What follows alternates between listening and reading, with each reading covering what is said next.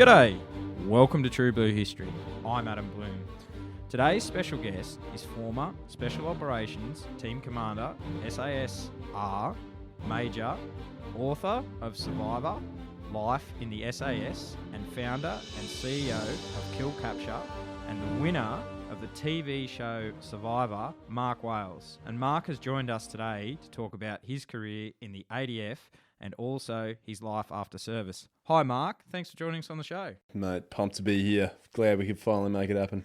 Nah, mate, it's an honour and a privilege to have you on. So, mate, can you give us a little bit of background about Mark Wales as a young fella? Yeah, mate, I was West Australian, so grew up originally in the Pilbara region. My parents worked in the mines there, and then I was in regional towns for a while, so Geraldton and then Perth for most of my childhood.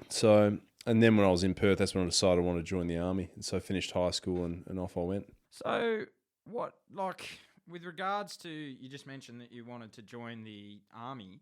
Did you have any family that served before you, or you were the first in your family? I was one of the first. My grandfather had served in Morotai during World War II as a cavalryman.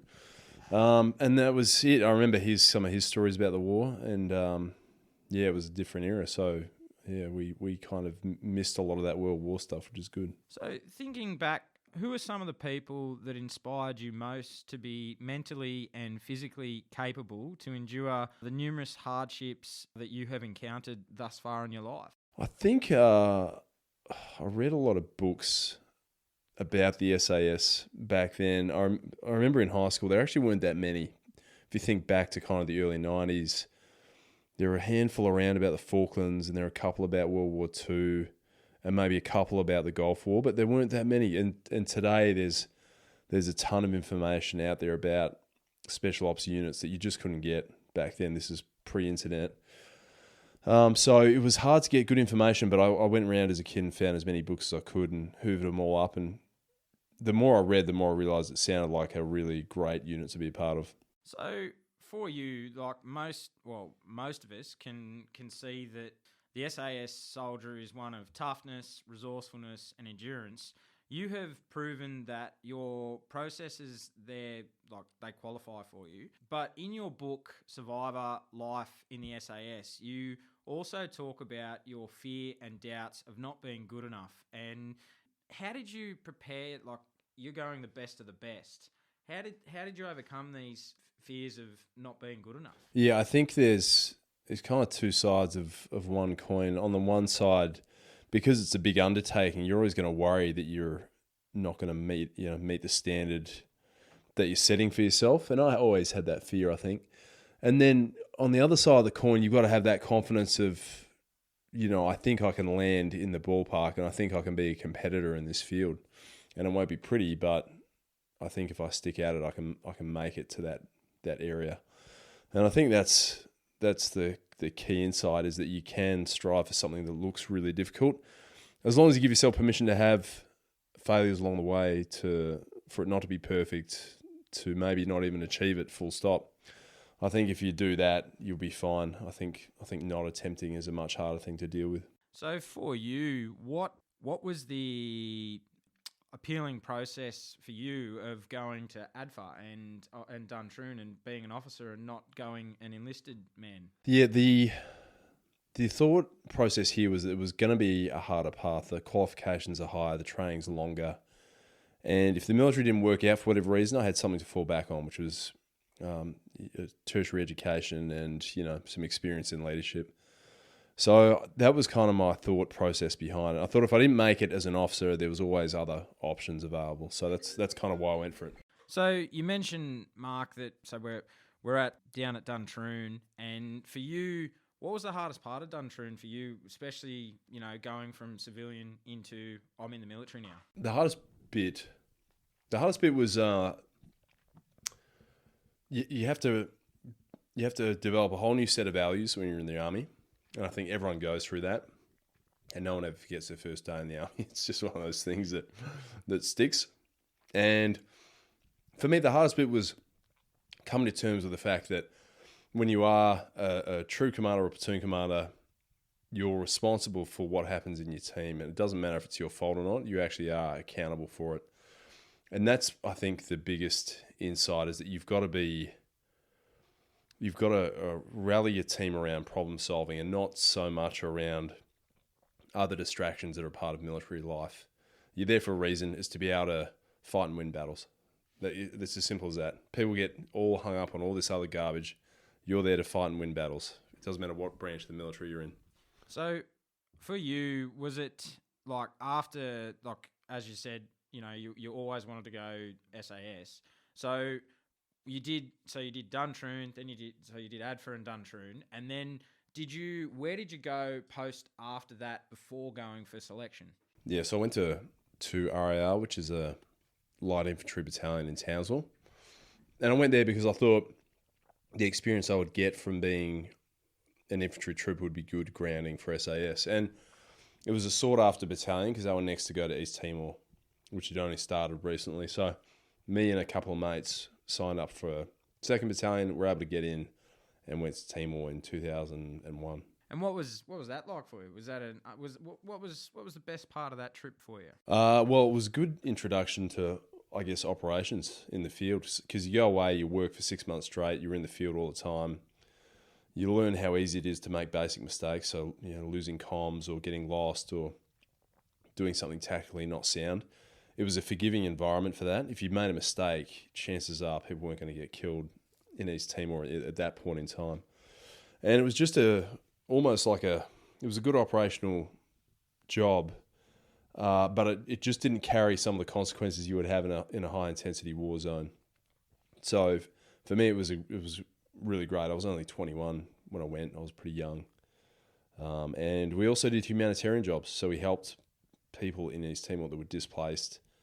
And I never forgot that because they were in terrible condition. And I realised just how good we have it in the West compared to some other countries.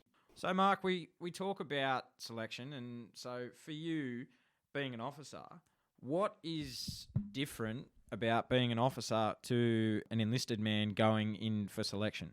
So I think the thing that they're looking at when you're applying as an officer is, can this person lead an SAS troop, and do they have the capabilities and the values to be able to do it? And practically how it's different is on selection, at least when I did it, and this was 2004, there was an officer module in the selection course that went for about 72 hours, and they put us through our paces with the officers of the SAS. So they had us doing planning sessions, team leadership events, quick decision exercises, meetings with senior staff kind of under pressure. And all that was designed to get a look at the character, what they're like, what they're capable of, how they operate under pressure. And it lets them form an objective view of whether they think the person can take the pressures of leading people in the regiment, because it's a high pressure environment. It's hard. It's the standards are extremely high. If you don't meet those standards, you get removed from command really quickly. So for you, obviously, it's a step up from being in 2RAR, and so how did you find, like for you, how did you raise the bar to get to that level? Like, what did you do personally from when you're in 2RAR? The difference is you're dealing with a different type of soldier. They're generally older, they're highly motivated, they're highly intelligent, they're very mission focused.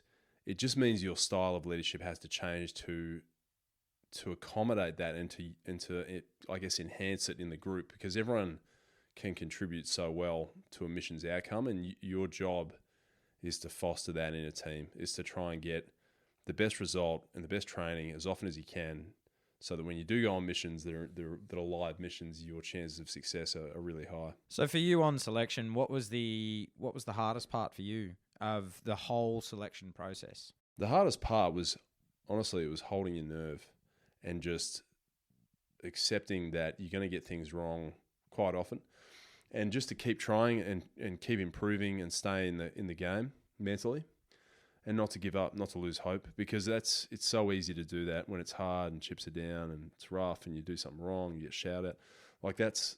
It's hard psychologically to keep yourself focused when that's happening. And I think if you can do that, you're most of the way there.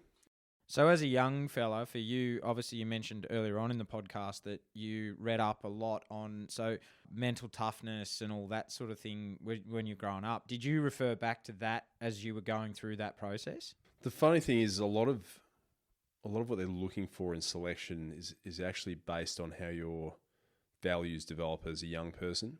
And there's a lot you can't train for. You can train physically and you can train some of your skills up to a high level, but there's the character component that really matters quite a bit. And I think if you're good at your job as a soldier or an officer, and you're not an asshole or a drop kick, you're in good shape. That's a good start. But it's 80% mental and character. The physical is a really small component of it, really small. So you pass selection and then you go into the Rico cycle, and what was that like for you? Was that another learning curve of like meeting your team and working with them and getting to know their strengths and weaknesses? Yeah, it was awesome because the Rio cycle are the mates you did selection with. You all got picked together, so you've made a really big gate, but there's still more to go through during the 18 months of Rio. There's the really intense live fire, close quarter battle, target prosecution courses. They're all hard to get through and they're hard to pass. So it's not smooth sailing. You've got to be focused, disciplined, working hard, contributing all the time and improving your skills. But it was a lot of fun. The courses are unreal. And for you, the moment you received your Sandy Beret, what was that like feeling for you? After all the hard work had paid off, what was that feeling like for you? Yeah, it was funny. It was just another step on the road. I thought it would be this huge event, but it wasn't. It was just another sense of, well, now I've got to kind of live up to this. And it was so early in our journey. We had so much more to learn and improve on that it's really just an early step. So you... Obviously, we have September 11. Everyone knows what happened with Afghanistan. And for you, what was it like when you'd received, the orders that you were about to be deployed for Afghanistan? And how did you prepare for your first deployment? So I was in East Timor at this point on the Renado task force. And we knew there were rotations going in and out of Afghanistan, and that was the big job. You wanted to get true commander job on one of those. And there was a winter rotation coming up, and they weren't sure if they were going to man it. And they did. They manned it with a composite troop. They pulled patrols from all around the unit, and I was in line to be a true commander of that unit. And I remember my squadron commander told me, he's like, hey, we can get you on this job, and you'll be able to be a true commander. I was like, holy shit. And that's when I think it started to dawn on me that this is going to be a real combat rotation. It's going to be hard. So what were your first thoughts when you, obviously, I know that speaking to other veterans, you go into your pre-deployment training and all that sort of thing. And then what was it like for you when you, boots on the ground, first thoughts of Afghanistan? Oh, I was amazed at how stunning it was. It was really, really beautiful, really Spartan. There was the bases there were pretty basic. There wasn't much there back then. But it was clear it was kind of the Wild West. This was another frontier. We were a long way from home. This was nothing like our region. It was really biblical, ancient part of the world. So you could kind of see in the early stages that, I don't really know what we were trying to achieve there at that point. Like we were fighting the Taliban and whatever was left of Al-Qaeda, but that was it. So that first deployment, Mark, was that for you, was that learning about like what you were trying to achieve in Afghanistan, or what was it like? No, we didn't worry about the strategy, right? We had a job to, I guess, target enemy leaders around our province and also help with intelligence collection around our province. So for us, the kind of tactics and the operational level was clear, but the strategy was definitely pretty loose back then. Like we were kind of just there to be there. Part of the coalition, I guess. So it was exciting in terms of the campaign, though. There was plenty to do. So that was early 2007 that you deployed over there. So obviously you did 4 tours of Afghanistan. When did it start to change for you? When did you feel it started to change? I think I noticed a real change around the time where the US forces surged into the country, and they pushed, I think it was 100,000 troops in. It's kind of starting 2009, and that ramped up into 2010. And by then, I think that's where we were starting to realise, like, hang on a sec, it doesn't matter how many troops we put in here, we're still facing the same issues.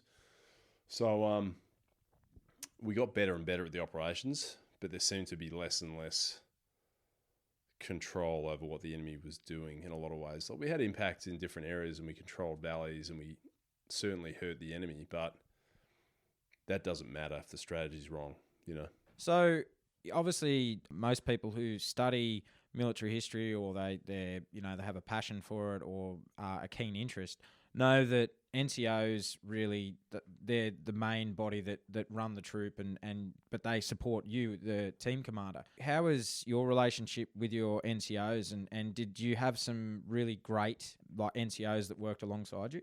Yeah, they're all top quality. By the time they get to patrol commander position, you've really proven your stripes, and it's such an important leadership position in the unit to be in that slot. So they are different approaches. I think officers are put in leadership training schools straight away, and in that sense, we have really high levels of qualification but lower levels of experience, and we build them over time, whereas they kind of do it the opposite way. They build experience and qualifications at the same time. So they're both very different approaches, but the best teams are always ones that both work together in unison and they both do a good job. And I had that in my teams. I had NCOs that were super supportive, really focused on getting the job done. There were some floating around, not so much in my teams, but there were some floating around that had issues with officers that had bad experiences, or weren't always fully trusting, or sometimes condescending. But that's pretty common across the army. It's not, it's just part of human nature, so it never really bothered me.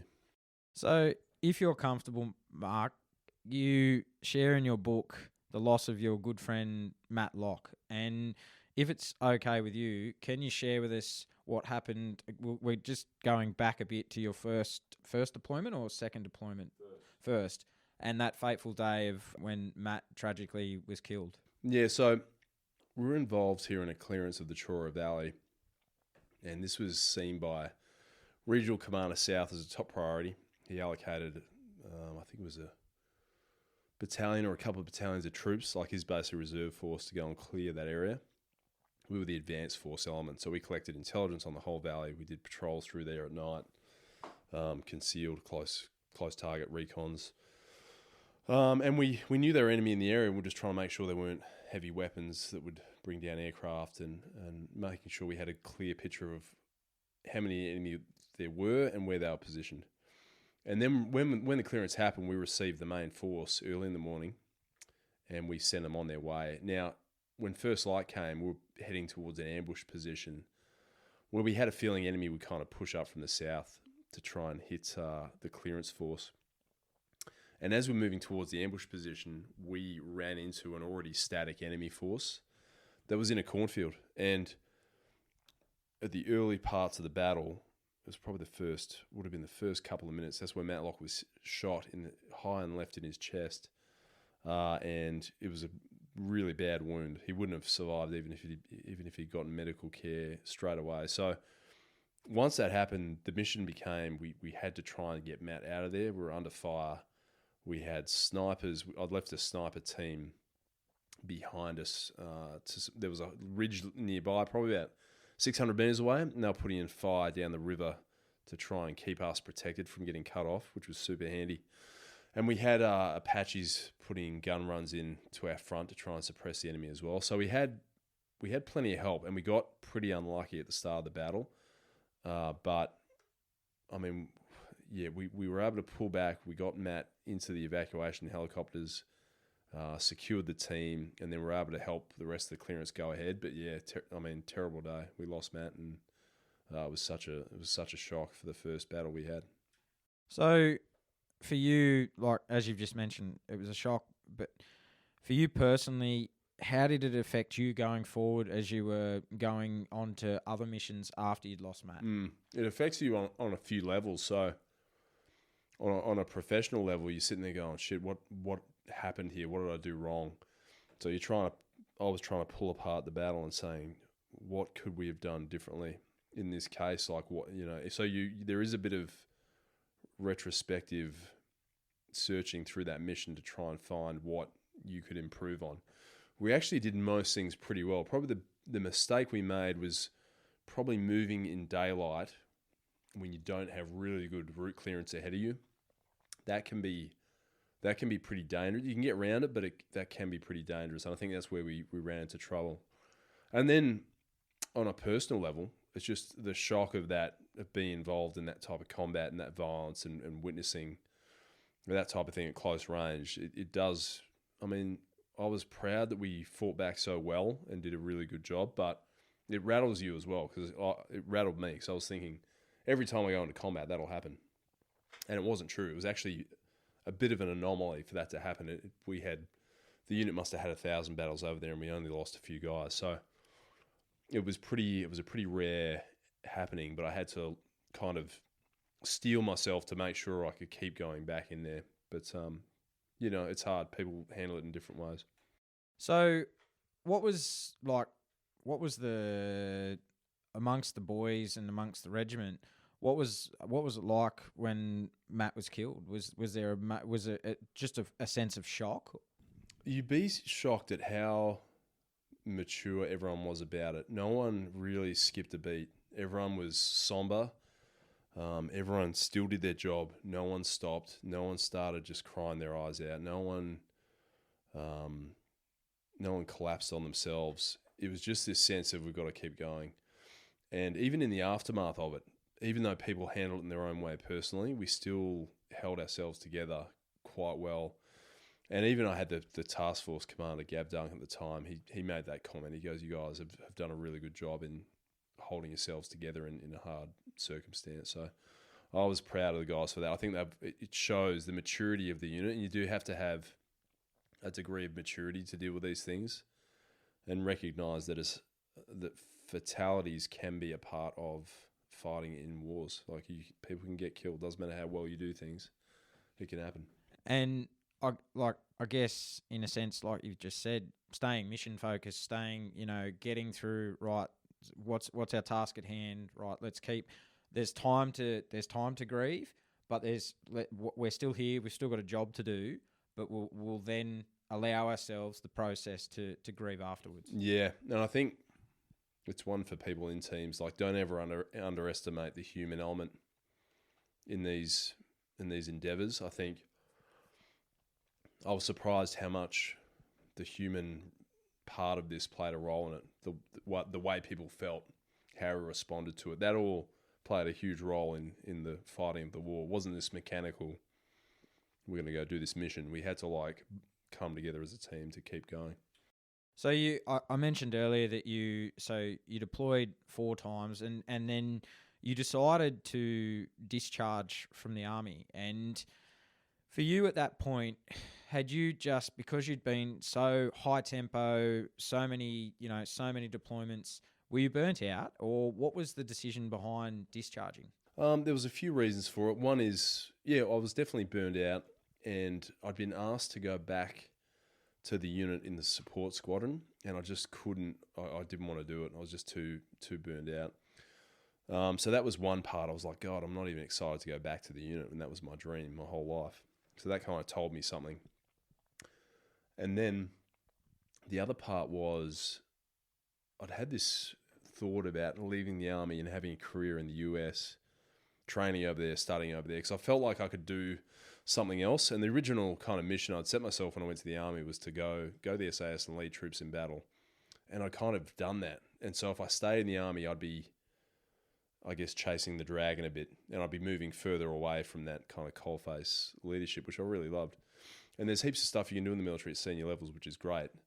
But the thought of being in uniform in Canberra as a bureaucrat was just not appealing to me.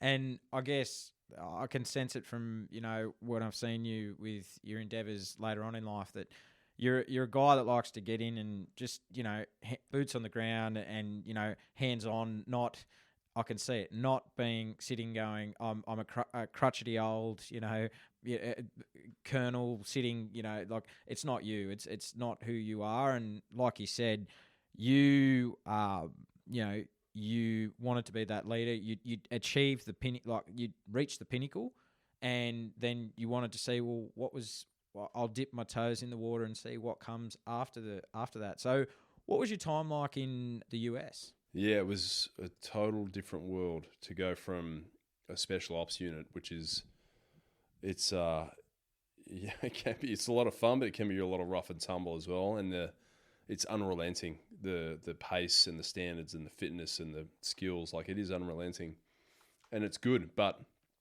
I'd say keeping that up for decades is not. I felt like I wouldn't be able to. I wouldn't be able to stay at the top of my game.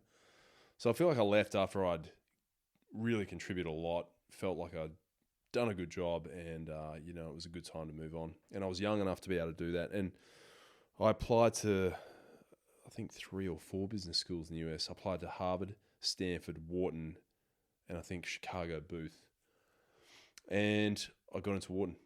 And it took me a year of studying a standardized test to get in there. And when I went, I knew the fees at the school were exorbitant. I think it was over 2 years full time. It was $250,000 to do the degree. And I didn't have, there was no transition program for veterans to go and get education. So I did it on my own kind of own wicket. But it was great. It was great to go to the US and to get into that school and work at that level with those people that were highly motivated and very different to the army. So you just mentioned that they were highly motivated people, and so obviously you'd come from an elite, training, and was that useful in when you were actually doing your education over there and at a business college, or did you have to find a new Mark Wales outside of being the SAS former team commander? I think the hardest part was I had to accept that I was going back to the bottom of the pile, and I wasn't this experienced. Our views were always listened to, were feted by people, always respected in the military field. That wasn't us anymore. I had to go back to the bottom. I had to relearn the fundamentals of business, and I didn't know it. And there were people there at school that had been in business 20 years. Their fathers, their grandfathers, and their great-grandfathers were all business people, and they knew their stuff way better than I did. So I think I had to go back to the start and relearn the fundamentals of business, but I knew once I got through that part, the skills that we pick up in the military become really handy. So for you, like obviously we touched on Mark Wales being a young fellow. And you had to pass selection for the SAS, but what were you like academically? Was it a challenge or? Yeah, it was a huge challenge initially because Wharton's known as being a super quantitative MBA, which is very numbers focused, very calculation focused. And I had no hard skills in that field. I was a arts undergrad, history and politics. So I had to train my brain to go all the way back to that type of thing. And I had to do undergrad calculus at UCLA to try and prepare myself for the course. So during my full-time work at Duntroon, I was outside of that, I was studying calculus and differentials and all that to try and integrals to try and get myself up to standards, to try and build my maths base so I could have the ability to understand and calculate business concepts. And that was hard. It was pretty hard. So when you're over there, obviously, your family's over here back home in Australia. Did you have any mentors or role models over there that you could lean on to help you while you were over in business college? Yeah, I did. There was a guy over there who was ex-Aussie military called Dominic Skerritt, and he helped me apply to the school. And he graduated just as I arrived, and he went straight to McKinsey & Company, which is a top firm. And within 6 years, he was a partner there. So he was a super smart, super hardworking guy. He helped me interview for McKinsey as well. And he was a sensation. He really helped me navigate the business school. And he is still a mentor today. So you finish business college, and then what happens next? Where does Mark Wales go after business college? I'd applied to join McKinsey and Company, and so I remember interviewing for that in New York City, and it was for the Australian office. So all the Aussies flew over and interviewed us in a hotel. And the funny thing is, McKinsey do 5 hours of interviews, and they decide on the day whether they're going to take you or not. That's how quick they are with their interviewing. So I was lucky enough to get in and be accepted. So my job hunt was over. Once I'd gotten that offer, I was able to sign up to McKinsey, and that was what I spent my first couple of years doing when I left business school. So I recently had a good friend of yours on, Harry Moffat, and Harry, we were speaking, and he was talking about the new program that he set up for the regiment of people transitioning out of defence, and having a plan after the military. What, like for you, and looking back now in what you've gone on to do, how important is this? And like, did you have a sense that like you knew what you were going to do, but how important is it for people to transition? Because military is only really one part of your life. There's something after, like. Yeah, I think to anyone who's in the military and thinking about getting out, don't make the mistake of just putting in your discharge and walking out the door. Spend a lot of time thinking about what you want to do. Use time in the military to go and study it, go and upskill, go and start your business when you're in the military. Like, get yourself an ABN, start up as a contractor. I don't think you can earn actual money, but just get the foundations of your business set up while you're in the military and you're earning an income. Because what you don't want to do is to leave the army and then have no income, and then you start making bad decisions. If you're under pressure, and especially financial pressure and time pressures, you can make the wrong decisions and go down the wrong path. So spend ages thinking about what you want to do, and understand that it's not going to be the right thing first time. You're gonna chop and change between different jobs, and just take the time to let that happen and find what it is you're passionate about. So for you, Mark, did you, after you discharged, did you find purpose straight away again once you'd gone to business college and then landed the job? And for you, was there that point of, oh no, I don't have purpose again, or it was just straight into, like, you just kept yourself moving forward with what was coming? The hard thing was that when I got to McKinsey, I knew it was a top company. I was grateful to have gotten in, but at the same time, it didn't fulfill what I viewed to be a big passion, because the hours were long. It was grinding work. It was very hard work. And the rewards were kind of capped too. Like, you could get to a position to be a partner and make good money. However, if you're running your own show and you've cut out that middleman and you're in charge, like, that's a whole nother dimension. And all of a sudden, you're far more motivated to work when you know it's going to be in your interest to do exactly that.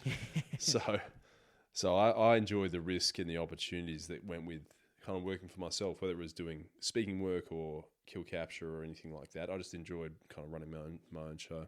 Well, you've just mentioned Kill Kapture, and it was actually what I was going to ask. So how did Kill Kapture come about? And for people who aren't aware of what Kill Kapture is, can you just give us a little bit of what Kill Kapture is? So Kill Kapture is tough luxury jackets.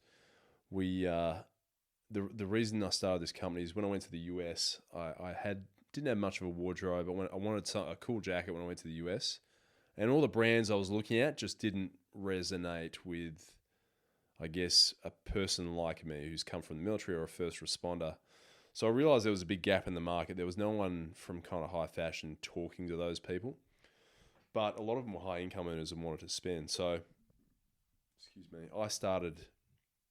I basically built a prototype jacket, which super minimal, super high quality, designed to be a really long lasting jacket. And I thought I'd build a brand behind it, which had the kind of design features of a special ops unit and that mission focus and the team focus, and try and turn into a fun kind of brand. And I did that at business school, and I got it incorporated in Delaware, and I just built it on the side. The whole time I was at McKinsey, I just kept tinkering away with it, doing batches of jackets in New York City and selling it. And over the years, I've brought in a few more people, and we've started expanding the product range, and it's just a fun thing. It's fun making stuff. It's fun shipping stuff. It is hard, like the margins are quite narrow. But I I probably learned more about business just from doing that than I did almost in my MBA. Like you learn some of the pitfalls and the traps and you've got limited resources, so you got to focus, and yeah, it's all been super helpful. So for you, I guess, and it's like most entrepreneurs, it's a scary time when you're going to go out on your own, and and you got to back yourself, and you mentioned earlier on, and in your book, you mentioned the doubt. Did the doubt ever come in that if this isn't a success, am I willing to fail at this, and then what comes next? Yeah, I think people kind of wait for permission to do these things because you are sticking yourself out on a limb a little bit, and there's a chance you can fail. And sometimes you're looking for someone to go, yeah, this is a great idea, you should do it. But it never really comes. So at some point you got to stop worrying about what people are going to think, and you just got to try it. And I think that's when, for me, I did some of my best work, because when I stopped worrying about my old career, where you're not meant to be in the spotlight or do any of that stuff, I just stopped worrying about it, and I did Kapture, I did Survivor, and they were just good fun. They were good fun things to do, and I've enjoyed it, and it's been something I've been proud of. Well, you mentioned Survivor, and you went on. So originally, you went on the show, and you wore your Kapture jacket, and a great marketing ploy by you. I will say that very well done. And like you mentioned that it was fun, but was that at a time when you'd come back from the US and you were back here in Australia? And how did that come about? Like to the process to get on Survivor? I was in the US at the time. I was in New York, working full time with McKinsey, and I had a conversation with a mate one night. It was snowing its ass off in New York, and it was just like another winter. And we were talking about his mate went on American Survivor. And I was seeing about going, God, I could do that. And I knew they'd done it in Australia. So when I went and checked, they were actually casting for it at that point. So I applied to do it. And then the further I got down the process, the more I thought, wow, this actually will be really good fun if I get to do it. And so 2017, I got to do it. I went out to Samoa for the second season of the show. And it ended up being a cracker season. It was really good fun. I met my wife there, Samantha Gash, and it really changed the course of my life. Just that one choice to go and do something that was a little bit crazy, it really did change the direction of my life for the better. So I think I went expecting one thing and I got something completely different, which was a really good surprise. So you mentioned that you met Sam, your future wife, and then recently you've just competed again on Survivor, and you competed together. What was that experience like, and what was the whole experience for you in working together as a husband and wife? Yeah, it was totally different this time. We played completely differently because we came back as fans and we came back as parents. And I think when you put those two things together, you got a very vicious player. So we had a reason to play as hard as we could. We were leaving our son behind. If we were going to go away, we wanted at least to have a chance of winning. And so we did do that. We talked about a lot of different scenarios we might find ourselves in, and we war gamed a lot of things. And it kind of worked out for the better. Like I played it with people I enjoyed playing with. I took a few risks. I had fun, and it all kind of paid off in the end. So for you, Mark, obviously we had lockdowns. How hard was it this time being, when you went in 2017 to Survivor? How hard was it this time? And also you mentioned being away from Harry. How hard was that for you this time? Yeah, it was the hardest bit because we knew, both parents were away at once. And we knew it might be up to kind of 6 to 8 weeks. So we weren't expecting both of us to be there that long, to be honest. Yeah, that was a hard bit for sure. So we're making up lost time for that now. And for you, you were crowned the winner. And what was that process like? Did they actually tell you before who'd actually won the show, or how did that come about? No, they didn't tell us till the day of the finale, and I knew I'd made it to the end, but I wasn't sure. I knew I played a good game, but I wasn't quite sure. You don't want to think too much about it, but I think I didn't expect to get through that bottleneck at the end, because it generally doesn't happen for players kind of like me or my size. They generally get cut out at some point. And I was to the point where I was even helping the other competitors with their jury speeches because I thought I wasn't going to be there. So that was pretty funny. And then I was like, oh, maybe I should stop helping. So I was glad to get to the end. I was pretty shocked, but we put a lot of hard work into it, and I'm glad we got there in the end. So for you, why did you feel when you wrote your book, why did you feel it was time to actually put your life into a book? And what, for you, was it a cathartic thing to do, or was it, and also it would have been a challenging thing as well? I knew I'd always wanted to write. I'd read a lot my whole life. I knew the story of what we'd experienced overseas was a good story, and definitely worth talking about. And I wanted to do it before I was too old, and some of those memories might fade. So I applied. I made a proposal for it. I went to Pam McMillan with the proposal and basically shook hands on it just a day or two before the lockdown started. And then I had that to work on during the lockdown. So it was a good experience. It wasn't cathartic so much because I feel like to write a good book, you can't necessarily be writing for your own therapy or your own gratitude, I guess, if that's the right word. You've got to be writing for your audience, and to make a good story, I think you've got to be focused on doing that. So for me, I'd come to terms with a lot of parts of the story before I wrote it, and I think it made for a better story.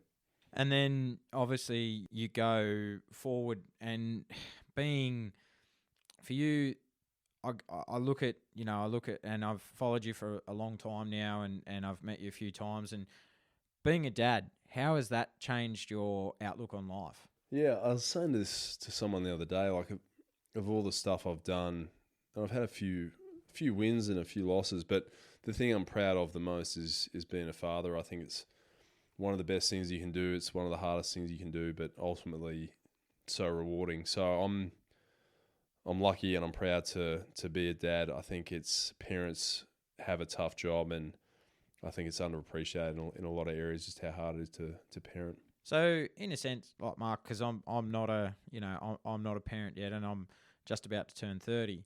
Is it a grounding, like it grounds you a lot, and you've obviously got to, it's no longer just about you and Sam, your wife. There's another little human being that you have to care for.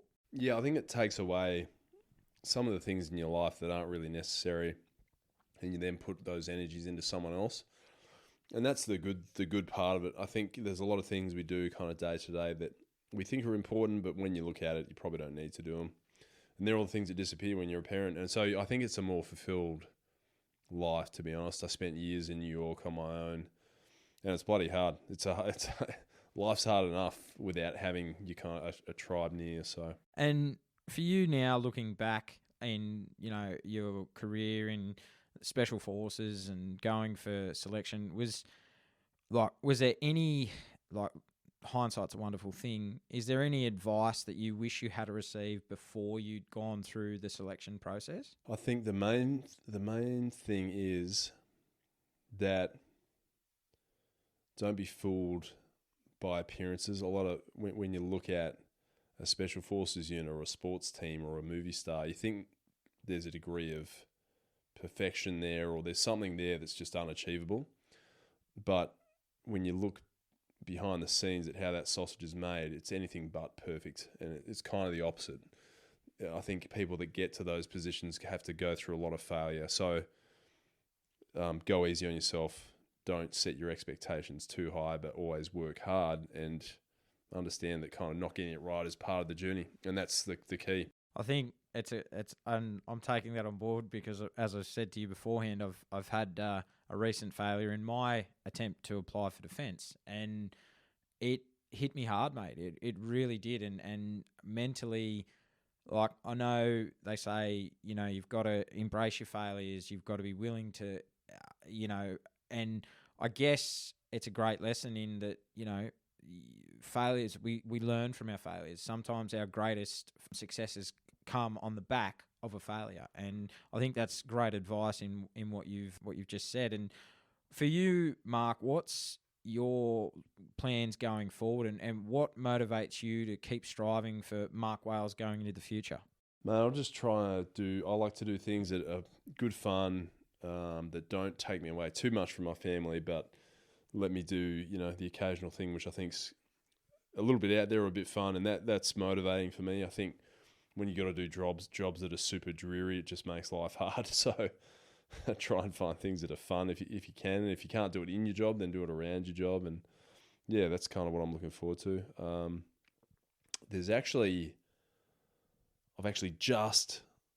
been thinking about this for about a year, but I'm on the cusp of writing a fiction book, which I came up with the idea during lockdown, and I've kind of circled it for a bit, and now I've put pen to paper in a proposal. I'm about to start it formally, so that'll be good fun. It's about a civil war in Victoria, fought in the near future.